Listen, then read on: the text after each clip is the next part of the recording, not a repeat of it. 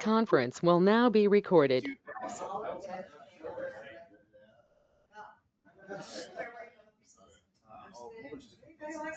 So no one is on right now, but we'll start anyway. And if we could have the attention of everyone in the room, Paula. Uh, th- I'm Bob Platt, and this is our February meeting of the Arlington Senior Democratic Lunch. We have two guests, and the first one is Adam Donigan, who's a candidate for Congress in, quote, the 8th District. And in fact, he happens to live in North Arlington, so if the new map is approved, the 10-1 map, he would be in the 7th District, just to keep things confusing. And he has a very distinguished career. He entered the Marine Corps after high school. He got a bachelor's degree in social psychology while he was on active duty. Then he left active service and he went with a master's. Well, okay, we'll put him up second. Our first batter up is Matt Farrenti, who's the current chair of the Arlington County Board and a candidate for re-election. And he's not affected by redistricting because we don't run by district. We don't run by district in our in Arlington. We run at large, and Matt has his undergraduate degree from Duke University and a law degree from the University of Texas at Austin, and he's been what, 2 terms on the county board already. That's right. So he's up for possible 3rd term, and I should state by way of full disclosure, he does face some primary opponents, but they will be invited on other Tuesdays. So without further ado, I give you County Board Chair Matt Farrenti. Thank you. You need me to sit? Yeah, you sit here as well. You sit here so you can be on the Zoom. Okay, so I don't know how many people are online. Right now, nobody, because we just but we are recording it. So thank you, Bob, and we will try to. I'll suggest that we just have a conversation because we have a great group, but we don't have the largest group. So I'll share. I just appreciate the chance to be back. I'm not always. Most of you will remember that the Saturday morning breakfasts here once a month with the Arlington Democrats were an institution that Charlie Conrad built, and they are still held, but I don't make it as often. I have a 4-month-old and a 2-year-old at home right now. I'm 52, so I'm having children a little later in life. I'm thrilled, and they're wonderful, and I'll bore you with pictures if you want. But I'll say in defense of the senior lunch that we have had your mother, and she's been a very ferocious advocate on your behalf. Great. I did not know that she'd been to this lunch, but there are a few people who like her at least as much as they like me. So a big picture, I want to also give space for you, Adam, to talk. And I know some of you were at the Arlington Democrats meeting where I announced, and some of you were there a week ago or so. The county is well run, but not perfect. Our biggest current challenge has been the schools and the snow. But as you guys know, certainly, particularly when there are 2 lanes, we haven't snow plowed all of that, and that's a source of concern.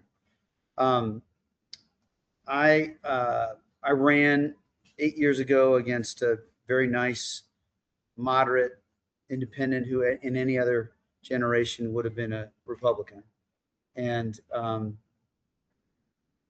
I think that, as you indicated, Adam, and he gave remarks that sort of the Republican Party is wholly owned by Donald Trump.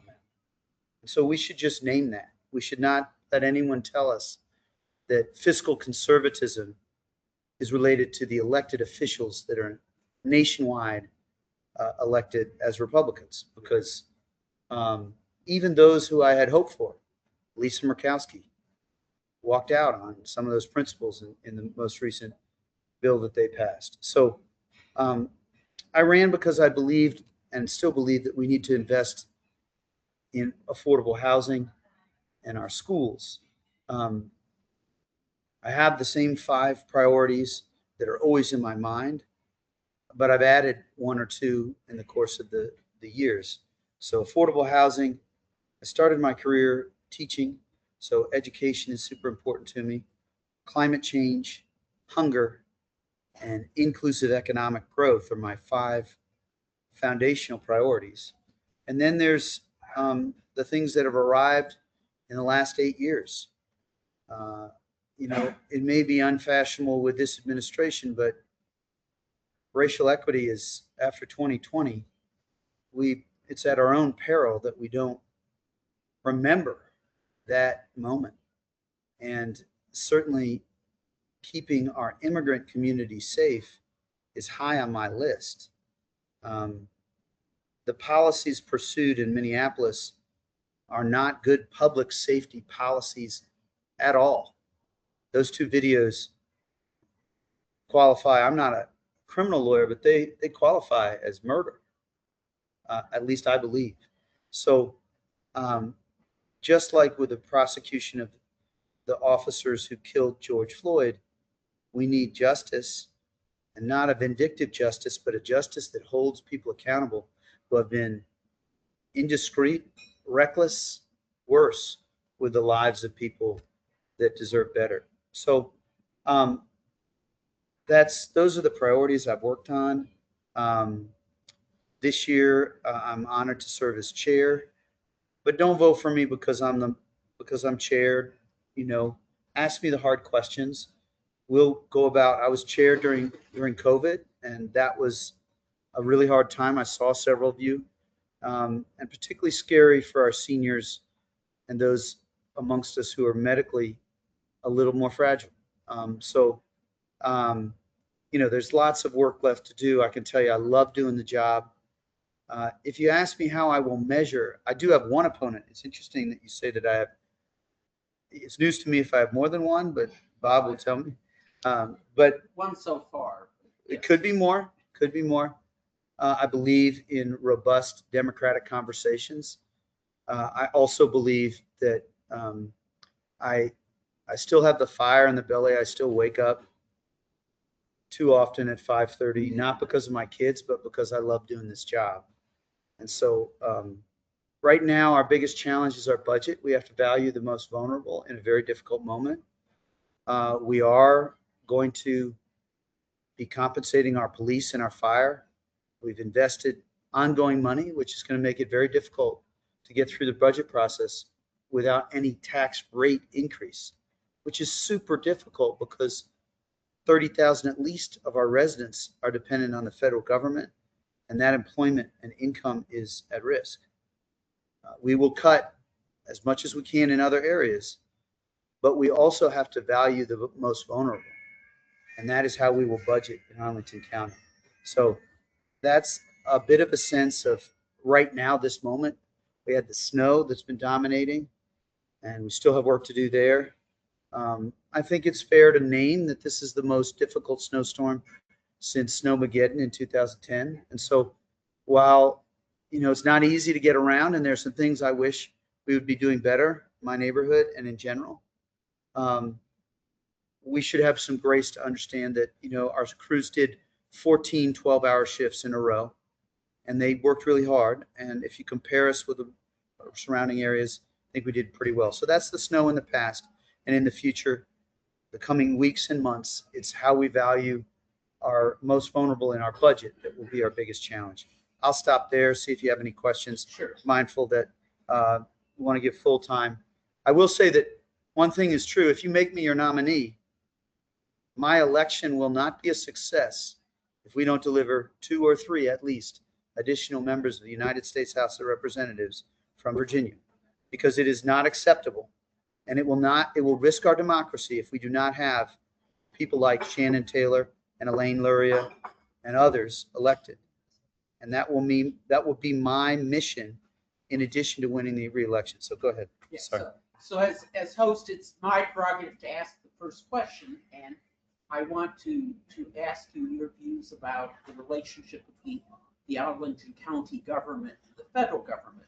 Immigration is obviously a key part of that, but Arlington has a reputation for being very successful in landing a wide variety of federal grants and funding for a large number of different areas. And the Trump administration, I'm sure Adam will talk about DOGE and so on, the Trump administration has really gutted the grant-making expertise of the federal government, and also through the budget cycle has reduced places like HUD and their degree of funding.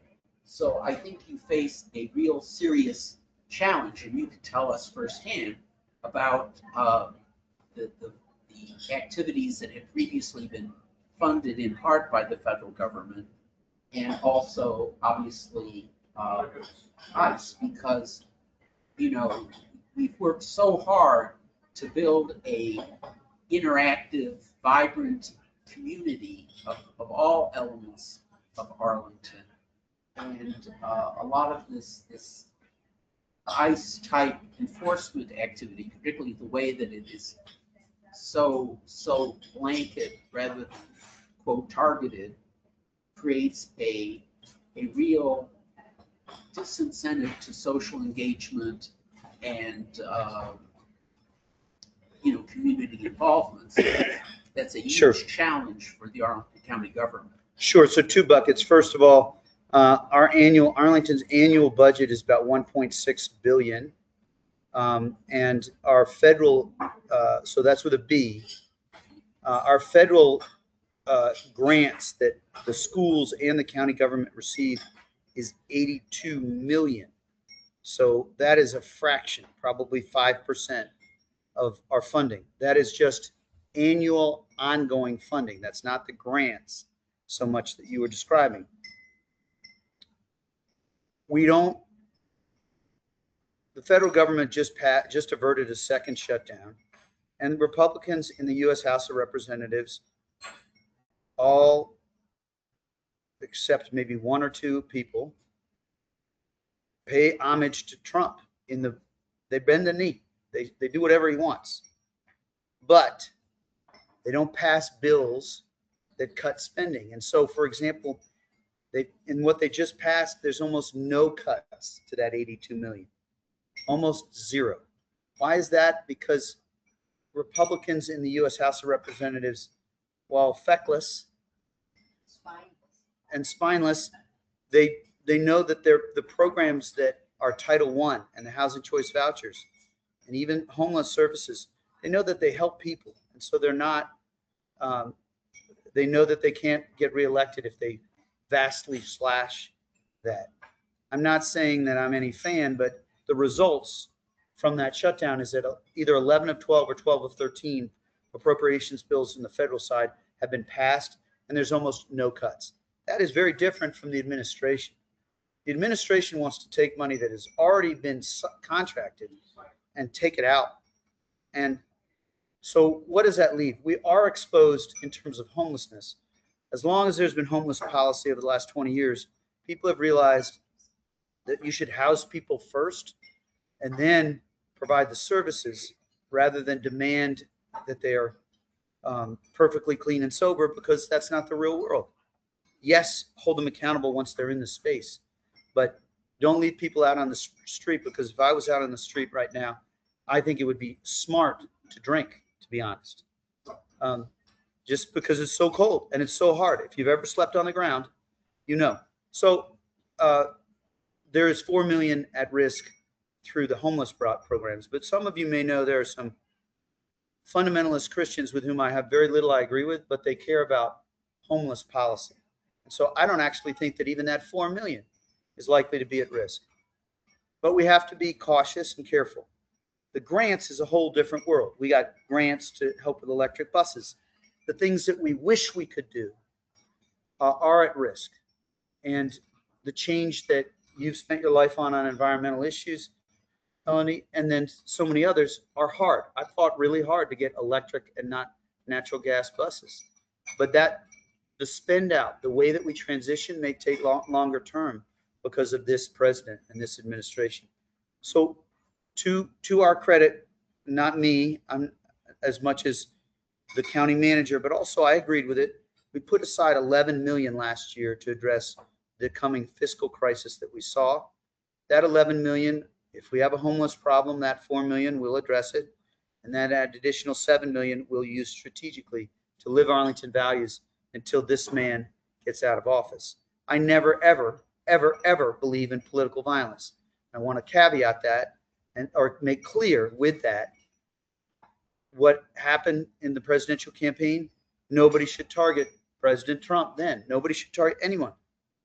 I will also say that I believe that most in this room, including all of us, are going to outlast this president.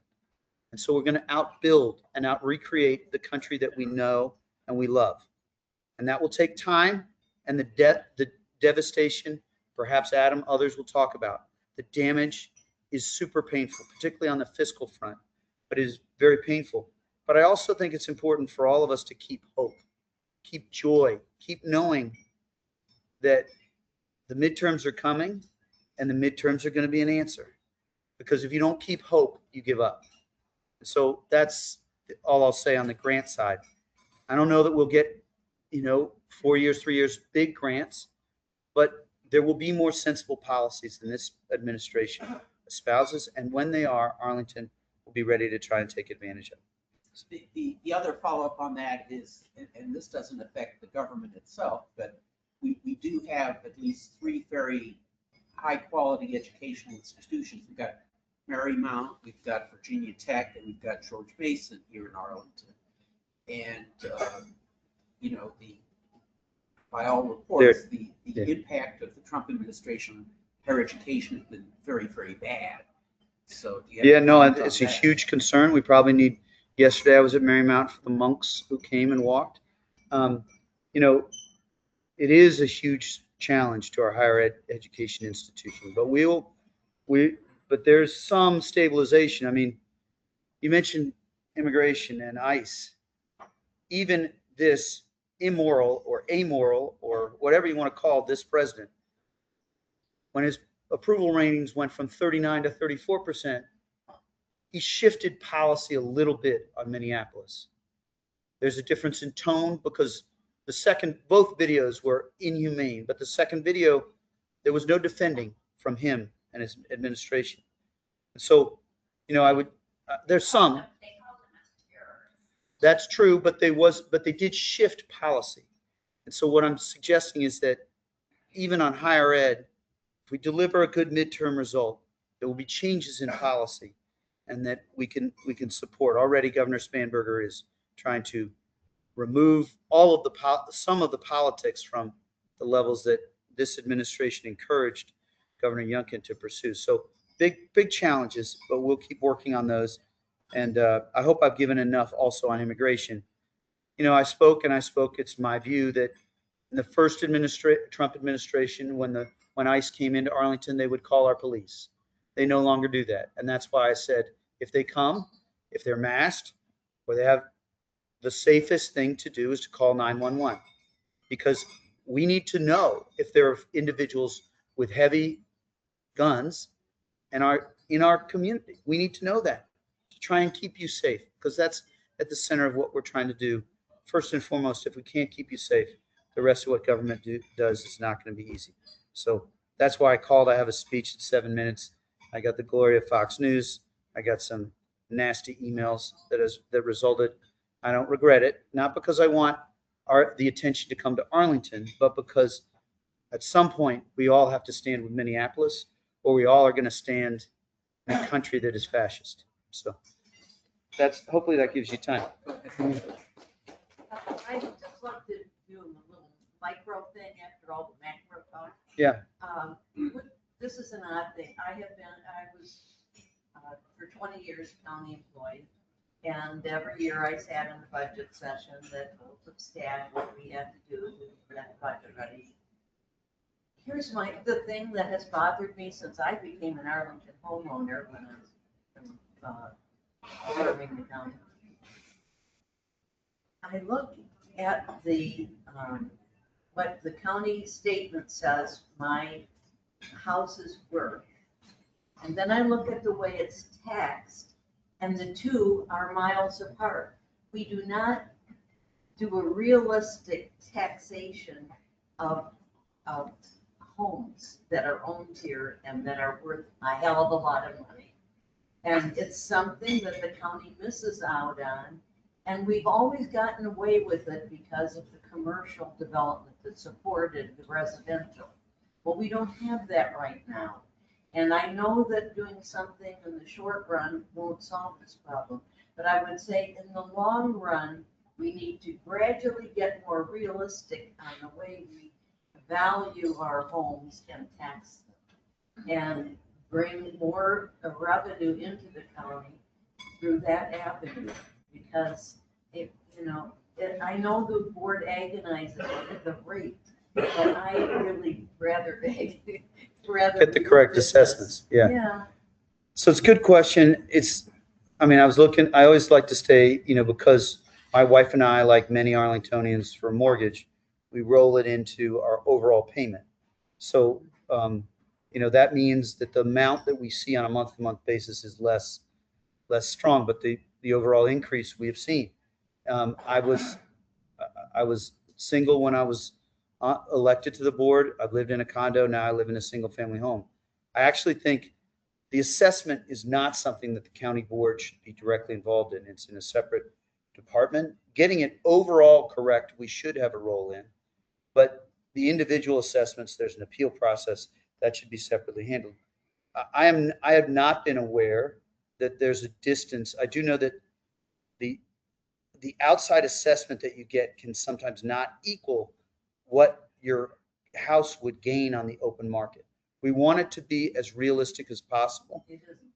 And I'm happy to take a deeper look at that. I will tell you, my view is that we have a challenge. We have 50% of our residents are quite wealthy. That does not always correlate with home wealth, but often it does. And yet those who are, there's a number of neighbors who live near Metro who struggle with the increased cost of a home that's worth $500,000 more than they ever dreamed it would be. But I'm happy to look at it.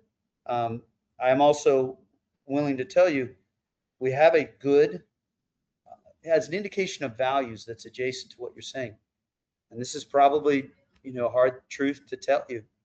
We have a real estate tax relief program. I believe in real estate tax relief for moderate and low income homeowners. But the program is currently also helping those who have assets of over $200,000 up to $500,000.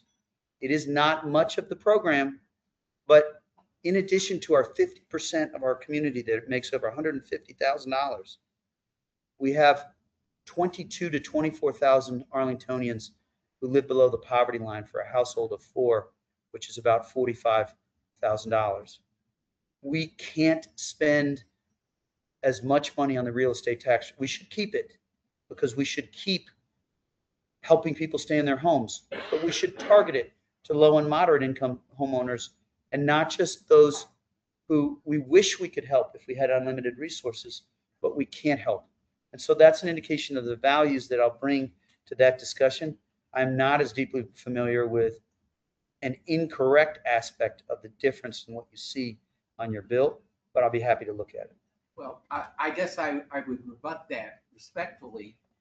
First of all, one of the real estate programs involves tax deferral. So for example, if you're a limited income person and you bought a condo way back when, you can actually defer some of the property taxes. Fully support deferral, but we also give forgiveness for a lot of people. Yes, you do. So this is analogous to the Clinton, moniker, mend it, don't end it. Keep the program.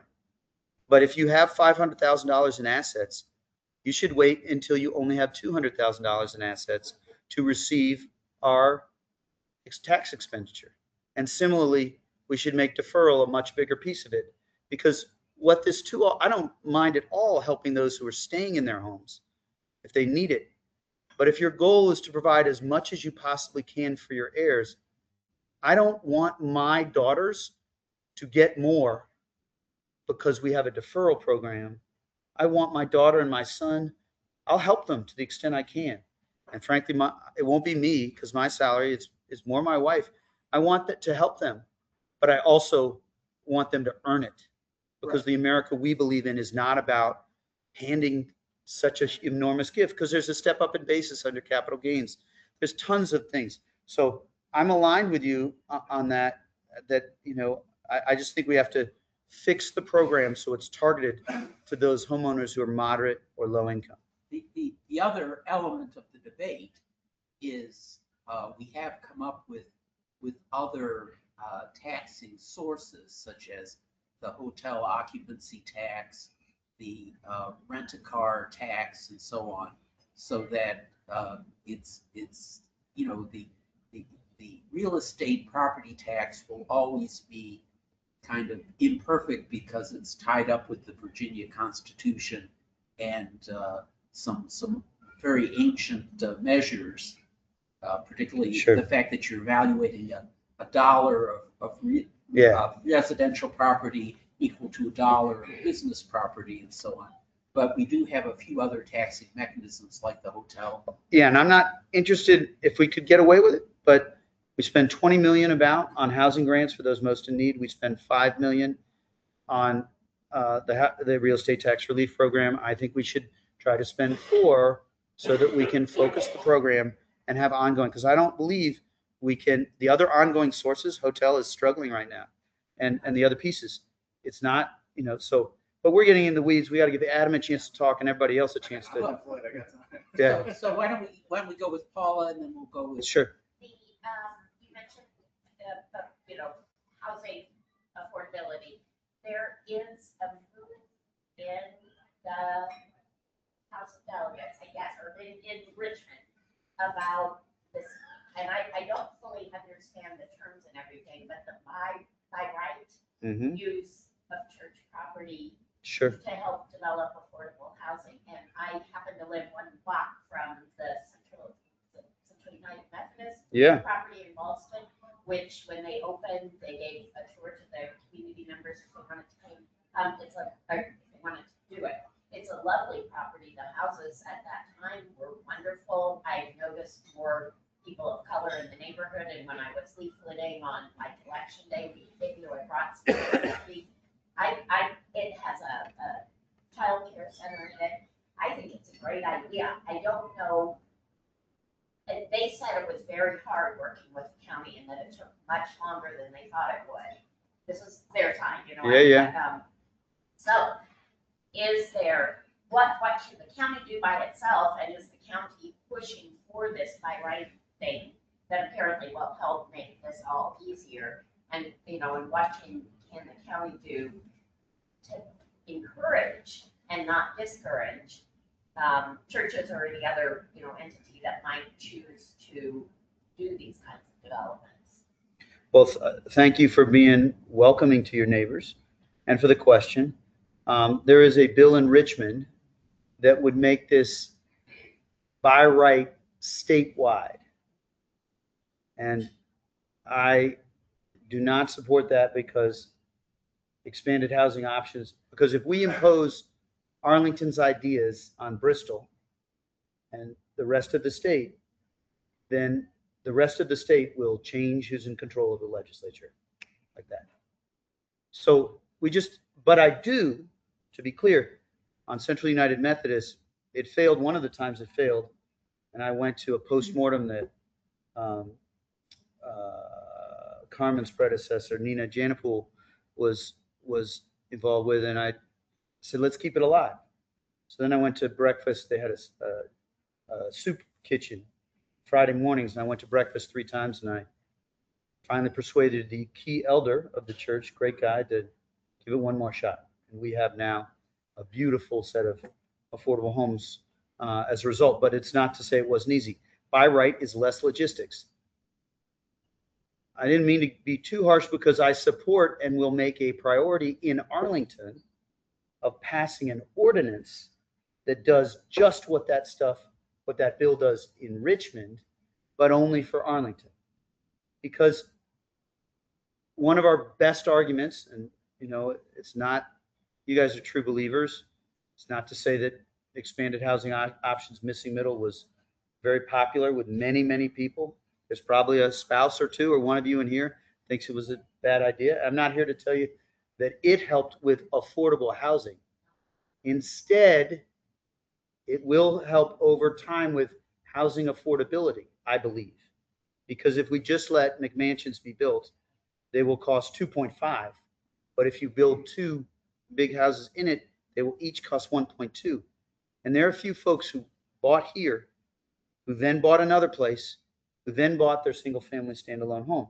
So the economic ladder has to, but we have argued in court again and again, local land use authority. For me to turn around and say, we have to take this church's bill and make it applicable to everyone in Virginia is inconsistent, and I can't do that.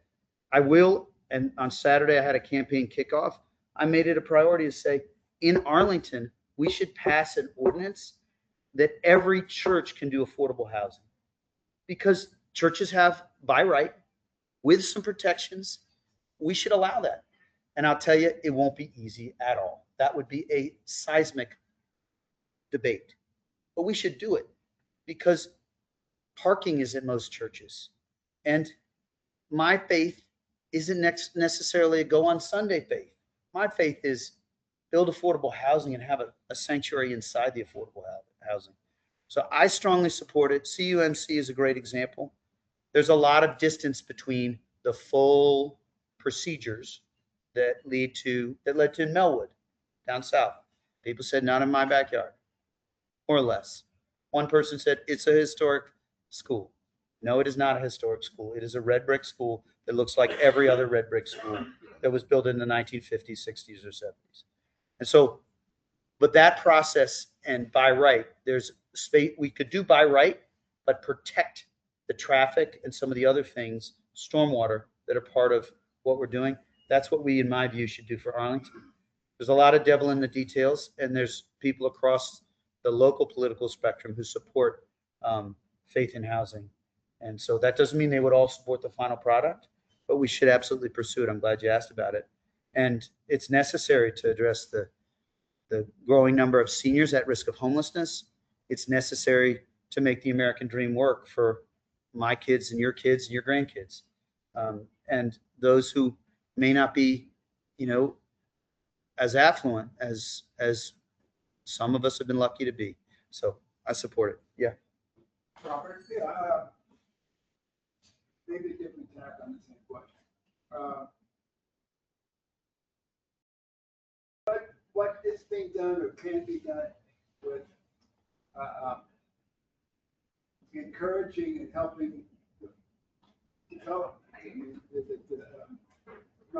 The builders. I mean, we have so many empty storefronts where people cleared out old buildings, thought they had a plan to build something new with a lot of housing on the upper floors. But we live in this empty wasteland, I mean, it's the developers have ideas, but they die. I don't encourage that kind of. Well, there's multiple parts to it. I mean, there's been, economic uncertainty is not a friend of builders. And so the tariffs are a source of economic uncertainty. And so that's bad policy. We invested, as you know, a ton in, it's okay. We invested a ton in trying, and we're late, but fixing the street is going to help some projects have a better chance. We don't have the ability to force landlords for commercial rent are charging too much. We don't have the ability under Virginia law to prevent that. We need a good economic development team, and we have a good economic development team. We need to be good customer servants with the Columbia Pike Partnership for challenges. It's not easy because they're not county owned. So we have to create the right market conditions to incentivize it. But it's not an easy problem. I do think that, the investments we're doing on the west end of the Pike in Barcroft will stabilize that neighborhood, and that'll be helpful. There have been a couple of site plans on the eastern side of Columbia Pike, not on the other side of 27, but on the eastern side that haven't been built, and it's hard for me to stomach that. There's much more work to do. I'm not sure that I have an easy answer on that, but I do know that being good customer servants and not having too lengthy processes for site plans, and the process not being too burdensome is I think a part of the answer. Not easy at all. So, but I mean, I do think it's super important, and we'll have to continue to invest in the work there. I think I need to work more on an answer to that question. Columbia Pike is not the only place that has empty storefronts, empty retail, and empty offices. As a matter of fact, Andrew Schneider at the Columbia Pike Partnership will tell you it's less vacant than Ballston, for example.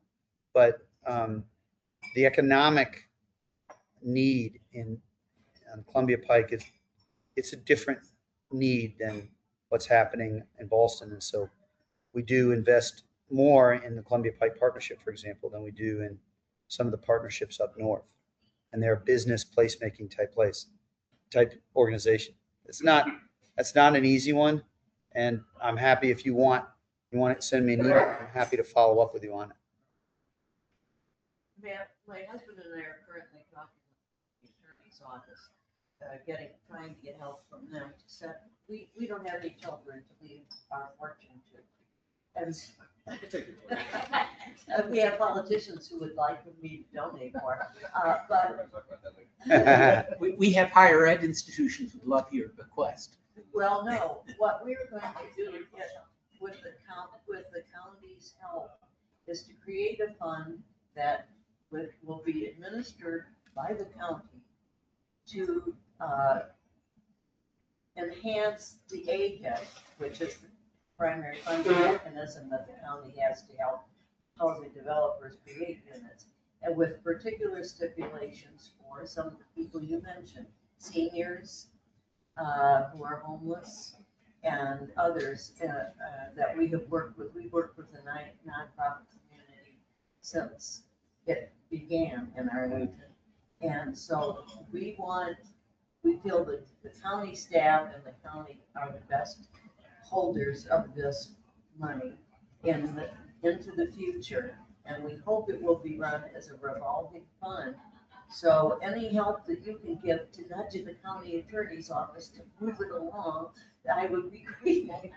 Sure. Well, first of all, it's so kind and generous. And if you look at the founding of True Ground, which used to be APA, it was 6 couples that came together that said, we want our legacy to be more American Dream. We've already given one. And no, and I'm not asking that.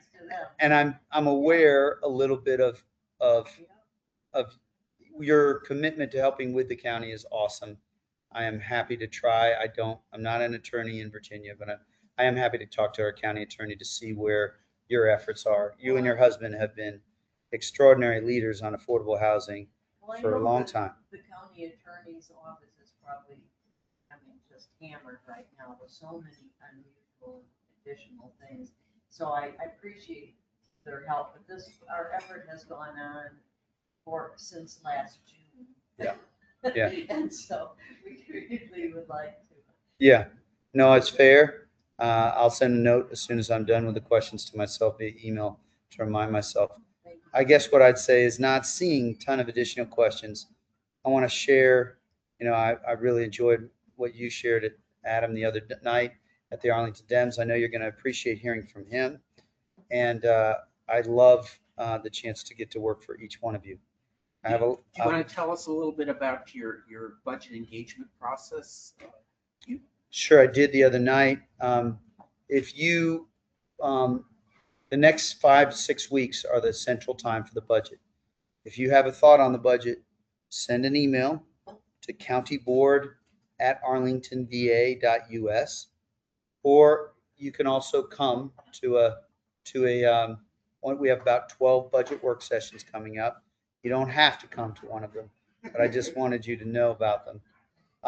It is important for us to hear the details of your views, and I'm just please do engage because it's important. So thank you, Bob. Thanks, everybody, and Yes, let's give a big round of applause. thank you. Thank you. And I'll let others. I also know there's some lunch. I do have to. I probably will have to go a little bit ahead. Sure. We're busy. Sure. Thank you so much for making the time with us. Again, he is one candidate for county board, and we will invite the other candidate to come at some future meeting. And what is your URL again? It's Matt for Arlington. MattForArlington.com if you want to learn more about. I redid the website. It's in good shape. FOR, but if you Google, good question, it's FOR, but if you Google Matt Farrenti for County Board, you'll see, or Matt for Arlington, Google that and you'll see it. Assuming you know how to spell Farrenti, which is spelled correctly in my email, but yes. All those Italian names in the Olympics, why we're getting better. Yes.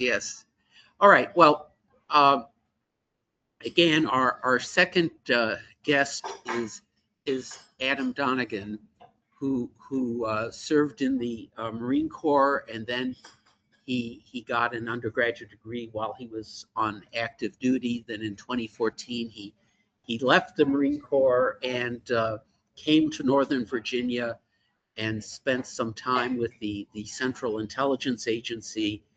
And now he is left and is running full time for Congress. And when he gets up here, we'll let him tell us his URL and what he hopes to achieve. So without further ado, we'll give you Adam Donigan. I'll let everybody get lunch is going here. We'll have probably 1 or 2 minutes of noise before. That's all right. I'll go over. Let me make sure I'm centered on this thing. We got one person in the call now, everybody. So hello online. Yeah. Hey, everybody. Yeah, my name's Adam Donigan. How many of you are familiar with me already who've seen like my materials and things like that? Yeah, most, some, no.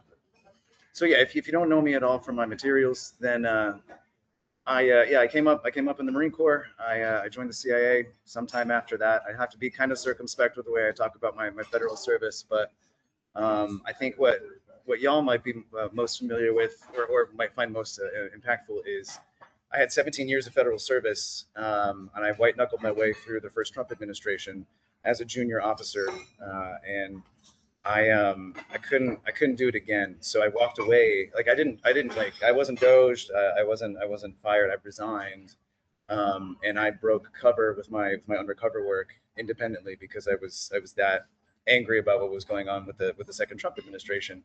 And I can, if you have more specific questions about why exactly I was so angry, I can answer it. But I think it's pretty intuitive for everybody in this room. You guys know more than ever as like some deep lore Virginians, what we're seeing right now is not normal and not precedented. And that's why I'm hoping that my candidacy, when I entered this race, I assumed I'd be running against the Honorable Congressman Don Beyer. And I actually really love Don. He's a good guy. But good ain't good enough for what I see coming in Washington in the coming years. Not that he couldn't do a good job, but if we want to pull back from the edge, I do think we need to take a more editorial role in our own futures. And as a son of this district, I didn't grow up here as a kid, but I came up in the Marine Corps and the CIA, both being in this district. I am all of these demographics. I'm a federal worker, I'm an intelligence officer, and a former Marine. I think that kind of background, if we want to gain voters back and actually hold the ground that we get back in 2026, because I think everybody is expecting that we have a good showing in 2026, but we saw how that went in 2018, right? We had that blue wave, and the wave broke and it rolled back. And if we don't have a durable candidate for the future, we can't start building our own generational project to not just take ground back, but actually improve the quality of lives of Americans. I think I could be that kind of candidate based on my background. You know, if we want to start earning the trust and engagement of younger voters and people who don't traditionally vote in primaries, I think you need somebody with a background and profile that looks more like mine. Not to say that Congressman Byer couldn't do it himself, but I do think we are at a precipice, and unless we take a little bit bolder action and take a little bit of risk right now, we are risking the status quo driving us further into the sea.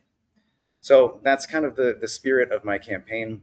My website is adam4congress.com. I have a really ambitious legislative agenda. I have 8 platform points. I'm calling it 8 for 8, 8 points for the 8th district, but now they're going to change the number on me, so I guess I got to go back to the drawing board. Get rid of one of the points. Are you still running? Do you know if you're still running in the 8th or the 7th? I would be running in the 7th where it changed. And Congressman Byer and I actually just had a conversation about this yesterday. Whatever happens, whatever number it is, whoever I'm running against, I intend to seek a mentorship from people like Matt and like Congressman Byer. I know full well that there is, at least in rooms like this and amongst the local party, there could be some passive resistance to a candidate like me dropping in out of the blue with no deeper experience in civic politics. You know, I spent all my time overseas with CIA or in the Marine Corps, and I don't have the deep lore and knowledge or experience in campaigns, for example. I'm making this up as I go every single day, and it is super stressful. So I understand that's a knee-jerk reaction of some people to my kind of candidacy, but I think we need that. I think we need to clean the slate and break, whether it's deserved or not, this association with the broken politics of the past. And so that's what I'm trying to do. I got distracted. I apologize. My 8 for 8 agenda, I have everything in there. I have housing, healthcare, accountability, justice, and when you get in there, I have done the homework and I'm ready to get to work. I think my agenda will actually have a pretty good impact and aligns well with a lot of the initiatives that we're talking about here. Just giving quality of life back to people that we lost. But I make no apologies for the fact that my primary focus, my initial focus in all of this is going to be the accountability portion. Accountability has to mean consequences. I think it is so easy to get distracted because the news cycle moves so quickly, but I still haven't gotten over the Doge firings. The fact that they let some 22-year-old kids off of Twitter go in and wreck the careers of people who were PhDs in their fields, who were true subject matter experts. I can't forgive that, and there has to be consequences for that. Minnesota obviously is a much more dire example. And if any of you guys heard my speech on Wednesday, my perspective right now I think is unique. My background is unique, and I think it gives me the skills to actually govern in a way that is durable for the future. But imagine my perspective just as a guy right now. As a Marine, as a former Marine, I'm looking at federal agents murdering our citizens and the White House covering up for them. And I'm thinking back to all the kids that never came back from Iraq or Afghanistan because they obeyed rules of engagement. I'm looking at what Doge did to our community, firing families illegally, in my opinion. We'll let an investigation actually dictate that, but we still haven't even felt the effects of that. So I'm watching Doge tear up our families and our economic future in the area. I'm watching the backslide of our values and credibility on the world stage. And as a former intelligence officer, I'm thinking back to all the times that I was out there doing covert operations, like pretty dicey stuff against our enemies. And it wasn't just me, but it was also people who trusted me, in these places that I can't talk about. I have asked a lot of people on the behalf of this government, and I want to see a government that has the moral authority to make those asks in the future. And we just aren't doing it. That is not Congressman Byer's fault by any means, but I feel it in my heart that unless we give a visible symbol of change within the party right now, we risk more of the status quo and the backslide that we're seeing. That's essentially my pitch. I'm sure you guys have more specific questions on different points, and I'm happy to entertain them. But if you leave this room, you're like, hey, how was that kid today at the lunch? Just tell them that I'm angry and I'm trying to do something about it. Well, I'll start off with the first question, if I may. On Friday, Pete Hegseth announced that he is so upset with the environment at Harvard that he has stopped the graduate programs. Many active duty service officers are allowed to have government subsidized graduate degrees at Harvard, among other places. And I should point out that Hegseth got a master's degree from the Harvard Kennedy School. But you know, that is being. That explains the tailoring of his suits. It's very good. Yeah, kidding. Well, I guess it depends on your physique and how many tattoos you're trying to hide on your chest. But anyway, so he has called a prospective end to that. I noticed that you happen to also have a master's degree from Harvard. What is your perspective on that move? I don't think it's the flex that Pete thinks it is. I think Harvard doesn't need Department of Defense. Our Department of Defense needs the education from Harvard. So I think he's got the cart before the horse on that one. But if you're asking what I think about the general optics of it, I mean, it's just another example of like the fear and uncertainty and the lack of reliability that this government creates in private equity, commercial stuff, education, and in our foreign alliances. It's the same concept that's destroying what was the greatest achievement of the United States over the last 100 years, which was the Pax Americana under NATO and the defeat of Soviet socialism in the Cold War, right? We created NATO on a trust building exercise. And now we are threatening, and Pete is part of this conversation as well. We're threatening Greenland and Denmark. For what? We already had everything we needed from that relationship, and we could have asked for more if we had the moral authority to do so. To go back to what I said earlier. So I think, yeah, I understand the impulse of what they're doing because they want to punish people that aren't subservient to their agenda. And the Harvard example is a small one. I think Harvard's endowment is probably going to be just fine without the 6 military officers that go through. But I don't think that it's good for our military to decouple our institutions of higher learning and the intellectual stimulus that provides to our policy and implementation.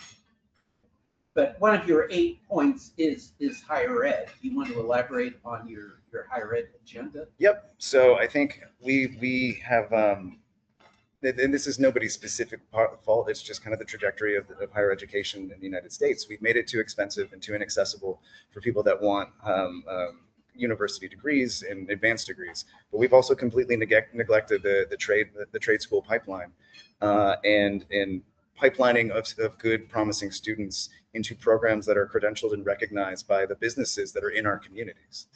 The big one that hits for me, though, if I'm talking from an accountability perspective, it's the idea that this administration is punishing institutions of higher learning for their political leanings. That's where I would start. I have really smart ideas about how we can get kids that are coming out of our campuses here into programs, apprenticeships, et cetera, that for all of the major employers around here. I have those ideas, and you should look up my stuff online. But where I would start on day one is making sure and reassuring our institutions that their congressional leaders are going to die on the hill for them to protect them from political retaliation. That's my focus. Steve?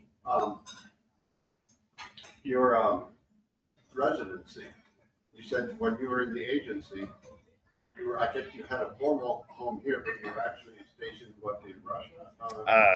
I can neither confirm nor deny, but yes. So, I mean, I'm just wondering how that works, whether you were over there 4 months and come back, or you just kind of stayed. So I did long-term assignments in the places that I went, and unfortunately I can't go into details on that. I don't want to lose my security clearance, but I might as a result of this because the Trump administration, right? But I moved to Virginia in 2014, and in the vague time that I was here, I started work, and I would do foreign overseas assignment for long periods of time. But I bought my place. I have a small 1-bedroom apartment in Roslyn that I love, and that's where I'll be forever as long as I'm doing this stuff. I have been resident, paying my Virginia taxes here the entire time, but I was living in government provided housing overseas. So thank you all for paying your taxes so I could have my places. One issue there, I don't know if we're supposed to know, but it sounds like you were somewhere near the Kremlin or something. So In that part of the world. Is that a I'm restaurant? wondering what you thought of Elsie Gabbard as an American patriot and, you know, with her dedication to America versus, you know, maybe Putin. Are you asking whether I think Gabbard is a Russian asset right now? Because I think I just know you have a lot, say a lot. More, I've heard all kinds of terrible things. I know you have a lot more. I think the terrible things that you hear, some of it's probably political hyperbole, but I would say that what you're the skepticism and panic that you're taking away from it is, yeah, that's what ejected me from my career. That's why I walked away, because I'm watching unqualified people implement policy that can get Americans or foreign citizens or community people in our communities killed. But yeah, if the direct question is like, do you think Gabbard is compromised by Russia? 100%. I think Trump is 100% a Russian asset. I will say that with no equivocation. I don't think a man spends as much time as he did in Moscow in the 80s and comes back and really hates NATO for no reason, right? I think the way that intelligence services operate abroad, I've seen these tactics up close. I know either he's a useful idiot or he's an actual asset. And given what happened with him in Helsinki and after it was the 2016 inauguration, no, absolutely not. And Gabbard coming in, Gabbard's fall from grace as who she used to be when she was in Hawaii is one. It should be studied because it is fascinating to watch the rot of their brains once you start seeding ground on your morals and your values. The rapidity with which the current Trump Republican Party can push you down the road to compromise to where you don't even recognize yourself. It's honestly impressive. If I had those skills when I was in the intelligence services, we'd have a lot more good spies right now. Because Hillary Clinton, of course, called Trump Putin's puppet. Yep. She got a lot of flack for that. Yep. It seems as time goes on, she was right on. I don't think there shouldn't be any question in our minds right now that whatever the formal relationship is between Trump and Putin, Trump is not advocating for us when it comes down to a choice between what's good for America and what's good for Vladimir Putin. Trump is firmly on Putin's side. So whatever the motivation and history is behind it, we have to face facts and admit that we no longer have a genuine, sincere defense against the incursion of an authoritarian like Putin in the White House. I guess the only question is he more a prostitute to the Kremlin or to simple mammon? You know. Yeah, I mean, prostitute is the right word That's for it. The only issue. Yeah. I mean, am I allowed to speak a little bit blue in this room? Like we as the American government, with him as the avatar of our American government on the world stage, yeah, we are whoring ourselves out to people who have no business being in the room with our president. It's depressing to watch, and it's depressingly predictable, especially when we saw all this coming in 2016. There was a way to avoid this, and we lost it. We lost the ball in the lights somewhere, and it's hard. He only lied 30,000 times in his first term. Only. Why wouldn't you believe? 30,001. Why don't we, I think Steve has made fun, why don't we move on to Robert? Yeah. I'm meeting you for the first time, so I don't want to characterize you, but people in general, your kind of background tend to be more, be perceived as more conservative. Within the Democratic camp, one of the recurrent issues is that if we're going to be successful, we've got to be more moderate. Party seems too bad. Okay. How do you feel about overall? We need to be move as a party more centralized. I mean more centralized. Why don't we restate that as, where do you stand on having a big tent? I support the big tent, absolutely. I think a lot of the reason that conversation even comes up is because our progressive candidates that we have run nationally in different, I'm not talking about here, right? I think if you're asking like, where do I stand? I'm a pretty progressive candidate. My agenda is very progressive. I believe in a single payer healthcare system. I believe in decoupling insurance from employment. I have lots of progressive ideas. But the thing is I don't think a lot of people, even in the center right, like short of like the true MAGA crazies, even the people in the center right can see the benefit in these ideas. And if explained properly from an authority source that they can respect, I think we can get them over to our side. I don't think we need to come closer to the center. I think we need to do a better job of branding ourselves as Democrats, because of the online left, the Fox News caricature of who we are as a party has taken over people's perception, and that's where that conversation comes in. So I think it's changed a lot in the last year. If you had asked that question right after the election, 24, you'd be where most people were. But by now, the way the elections are going, and there's, buyer's remorse. A lot of people have voted for Trump. There's yes. If anything, we should at least, point out. I mean, true conservatism means you conserve the ideals of the U.S. constitutional rule of law. You can push. I think a lot of people would agree with that, and I don't think the right way MAGA. And I'm hoping. I think. I mean, how many of y'all in this room have like interacted with intelligence people like me before? Like, who has military backgrounds? Let me ask that. Anybody with military backgrounds? Okay, but like if you come across like guys from CIA like me, like they don't talk like me, because I'm that angry that I'm sitting here in front of you. I ejected myself from my career, et cetera, right? I think we have a moment right now with the excesses of Washington that are freaking out even the center right. I'm not going to change my politics to suit what they think my politics should be, but I do think they can hear our politics from an authority source like me. Like if this kid's a Marine and he was an undercover operative and he blew his own cover and blew up his safe 20-year retirement just to come out here and try to jump into the Democratic Party to save it. I think that might give them pause, and it might open a window for us to get ideas across to them that they wouldn't otherwise listen to. Well, the CIA connection certainly helped the credibility of Spanberger as a reasonable person that many people could vote for who wouldn't call themselves a progressive Democrat. Yep. And the Whipples, we've had a number of people from that agency active in the Democratic Committee for Arlington, Virginia.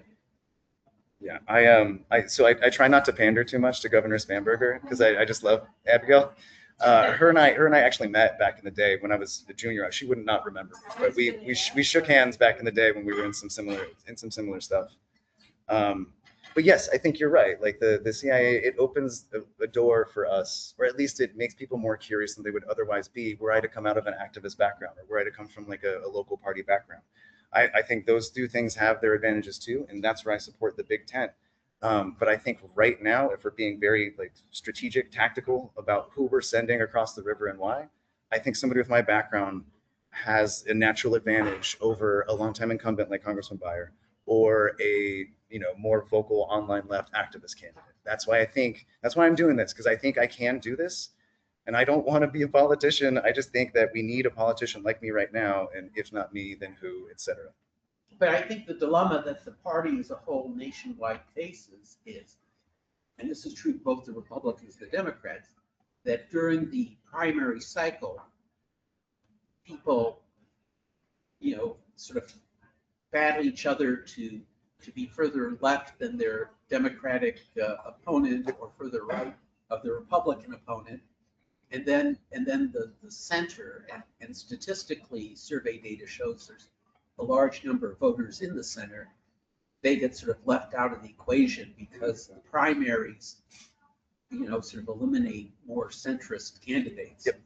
And it seems to ignore the power on election day of the independent vote, which is so critical. 100%. Maybe less so here.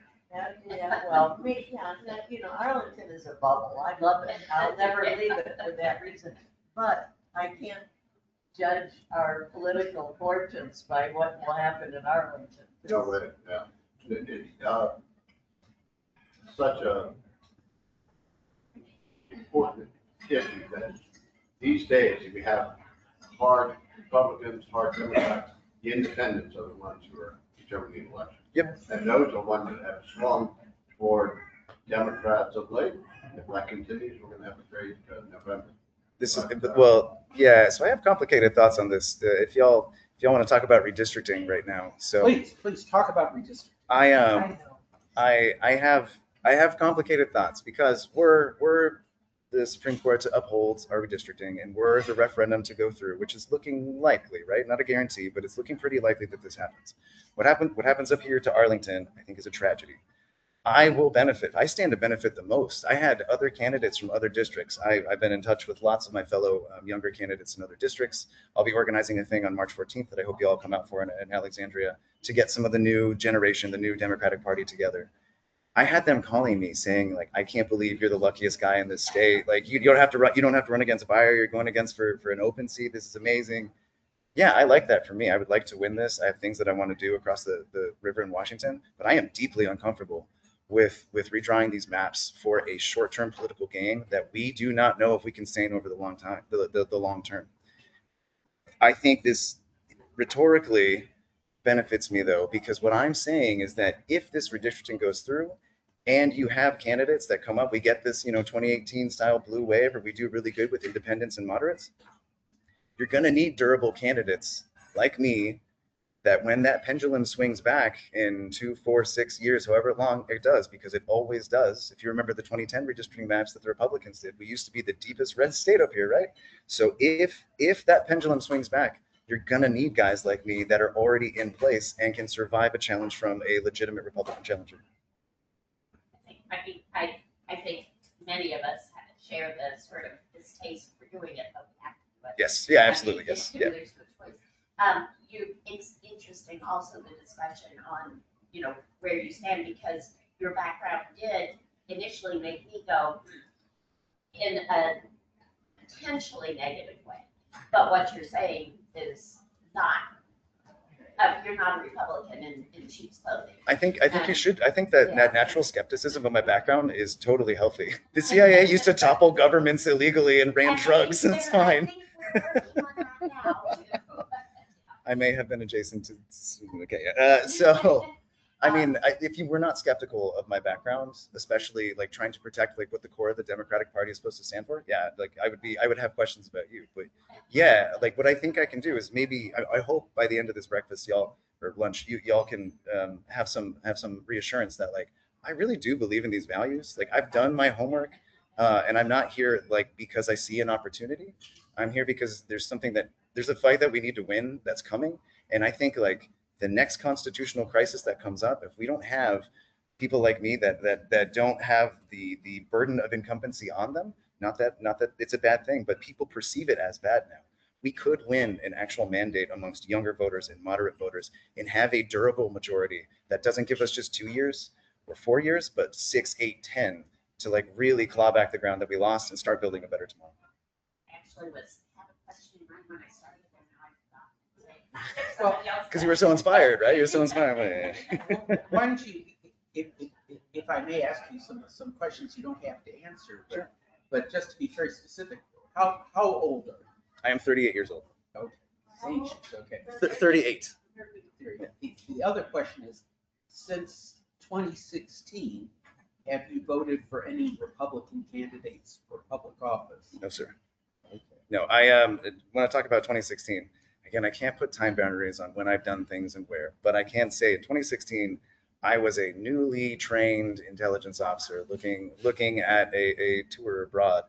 And I went out, I was in my apartment in Roslyn. I went out with my girlfriend at the time, and we went to Boston to go watch play trivia and watch the election results come in, because I was one of these naive kids that was like, oh, we got this in the bag.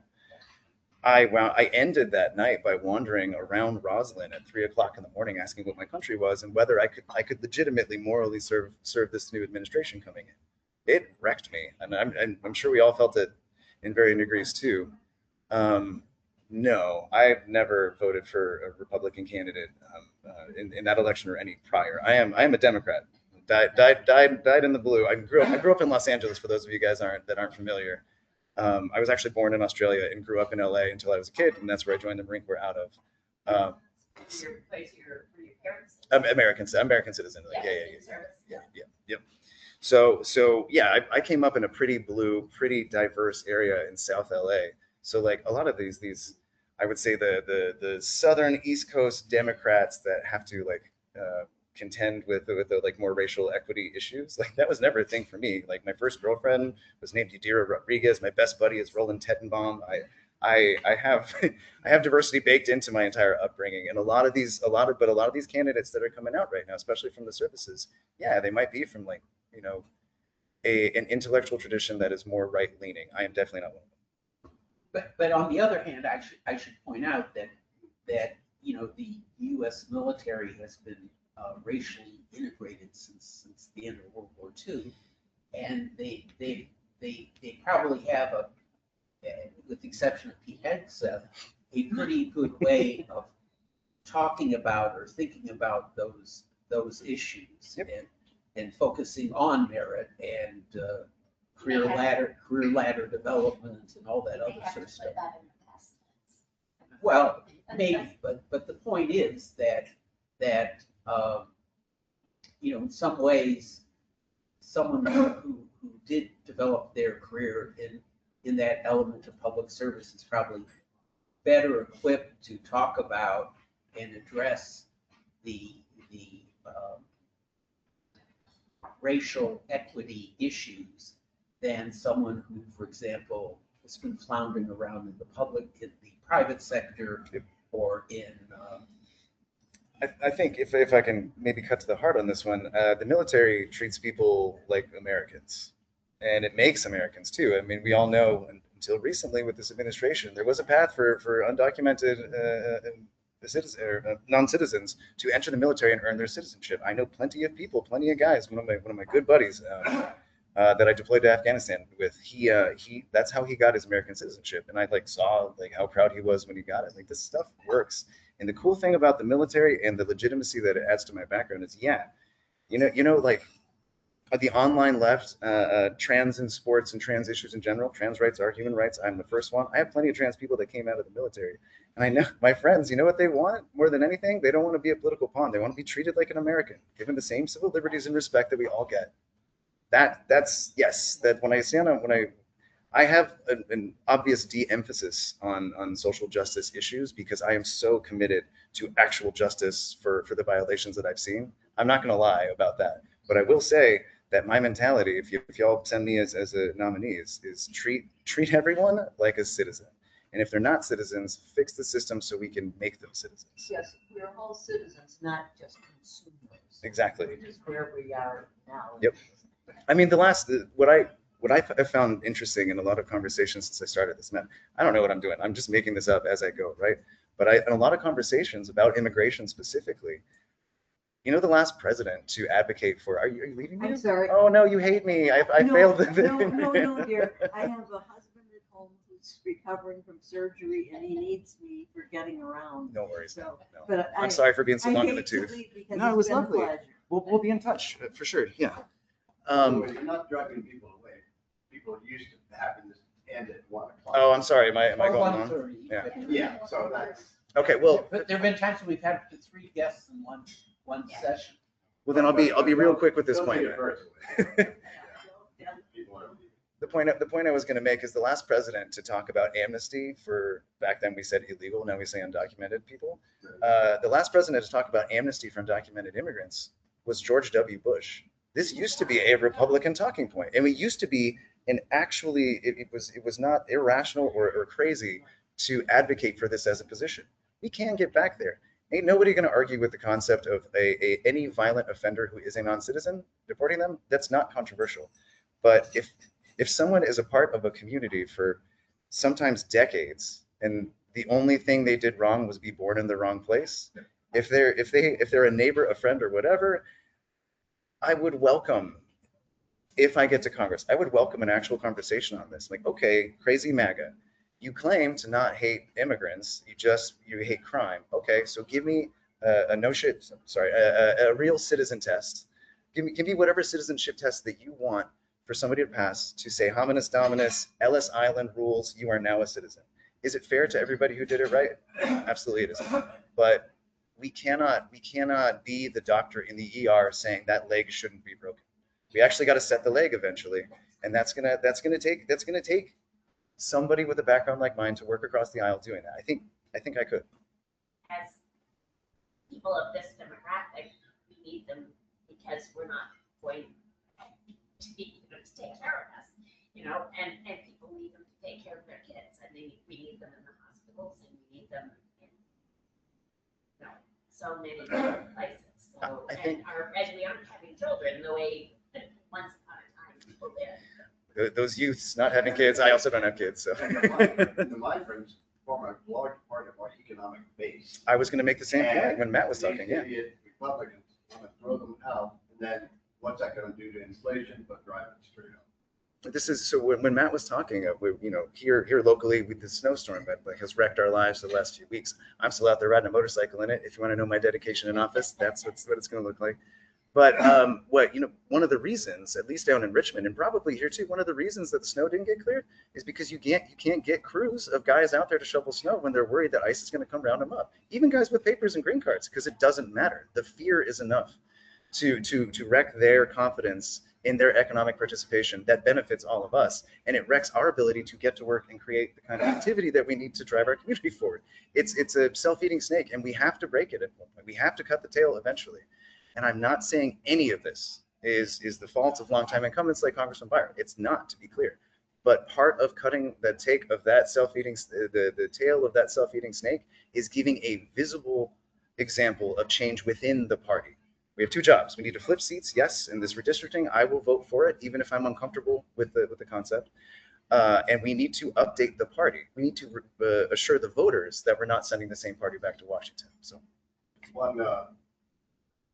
one big reason I am a Democrat, have been since I went to Kennedy's inauguration on my 7th birthday, was that human rights, the kind of good agency, good international affairs that I think America should stand for is #1, human rights. As a chemist also, I'm rather thinking we should have good medical health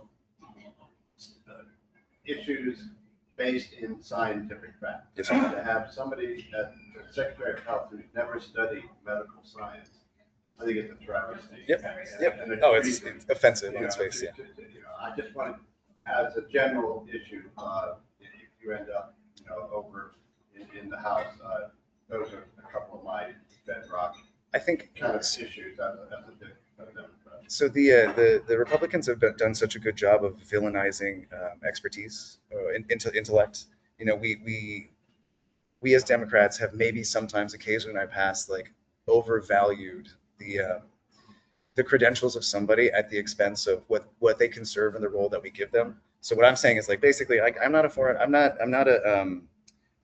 wonky policy guy in the same way that somebody like Matt is. What I am is somebody who knows that he's not smart enough to know what he doesn't know. So I would rely on experts and value that kind of expertise within the position 100%. I mean, I'm already doing it.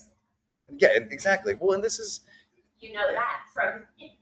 This is what I was good at as an intelligence officer was understanding the need of what had to get done and finding the people who could do it for us in very creative and very interesting ways, many of which will not apply to my work in the House, I hope. But I do think my eye for talent and my valuing of expertise will add to this position. And I consider Congressman Byer like one of those sources too. I've said very explicitly to him, like, if I go the distance in this, I hope I can approach him as a mentor and source of wisdom on process that I wouldn't be aware of. I understand that, like, as a rookie coming into this, I'm going to have a lot of growing to do within the position, but we don't have to invent the wheel again, because Congressman Byer is a great guy, and I have to imagine that he cares just as much about this district and this country as I do, and would not be opposed to letting me be the inheritor of the successes that he's made. That's the kind of mentality. But yeah, if you're talking about our current health secretary, I am equally angry about it.